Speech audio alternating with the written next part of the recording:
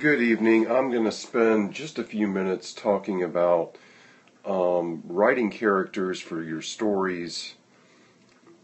I have published 7 books so far on Amazon, some of which are doing very well, and I am making a very good living as a writer.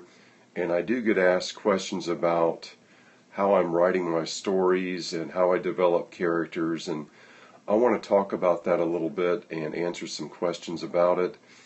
And for me, when you're writing a character in your story, that person should be very real to you. It should be as if you could sit across and have a conversation with this character, and literally to the point where you could ask that person a question and you'd know how they would respond and exactly what they would say and do in just about any type of situation. So this character really has to become that real for you. And for me, that is actually a pretty easy process. I know other people have more difficulty with that. But when I'm writing the story, the characters do come alive for me. And they speak to me. Sometimes they speak to me when I'm in the shower, when I'm dreaming, or at night. It can be an obsession sometimes where the characters won't leave you alone. And maybe that's why some writers have gone off the edge. I don't know. But anyway, I've been successful as a writer. Thank you. And I do want to share some of the secrets of success. A lot of people ask me about it, and this gives me an opportunity to do that through a medium like Periscope. And I will be glad to answer your questions about the writing process and storytelling. And something I would also suggest for anybody who's just starting to write, what you really want to do, if you're serious about becoming a writer yourself, you've got to start somewhere. And my suggestion, I say this over and over again, you've got to start with short stories. And anybody can write a short story. Really, if you have a command of the language and you're literate enough to read and write, you can write a short story tonight or tomorrow, even if it's only 500, 1,000 words, something like that. Think of an idea, write a 500-word story, and get used to the dynamics of character development, get used to the interaction of the story and the plot and the narrative and the flow of the story. And if you continuously write these type of stories, you're going to get better at it. I've certainly found that for myself. I wrote a story in 2013 called Black Cone, and that's under my real name of Brian Moorhead. And that story took me a year to write. And it's about a global pandemic that occurs. And I really underestimated how difficult that story was going to be to write. And I spent months writing and rewriting over and over again to get the story right and better and to make my craft better. And that's really the kind of commitment you have to have. You have to eat, sleep, and breathe it. If you want to be a writer, that's what you're going to need to do. But like I say, anybody can start with short stories. Write a story a day. Write 2 stories a day. And you're going to get better at it. Let other people read your stories and find out what they liked about them, what they didn't like. If you like a particular genre of book, let's say in my case I like science fiction books.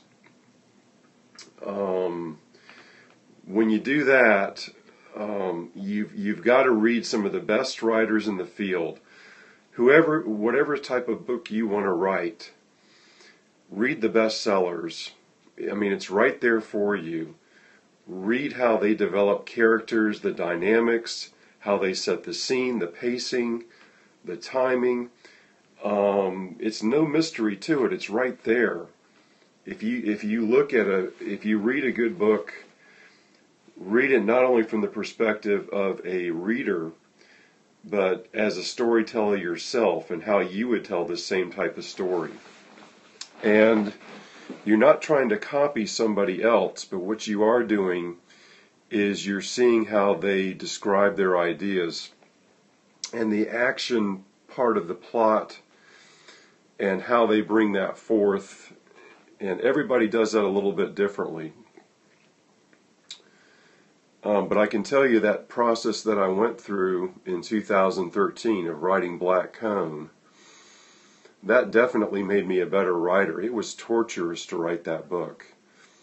I thought, wow, I've bitten off more than I can chew here. I'm writing about a global pandemic and how the dominoes fall and what happens to a world economy when a biological weapon is unleashed. And that was an enormous undertaking.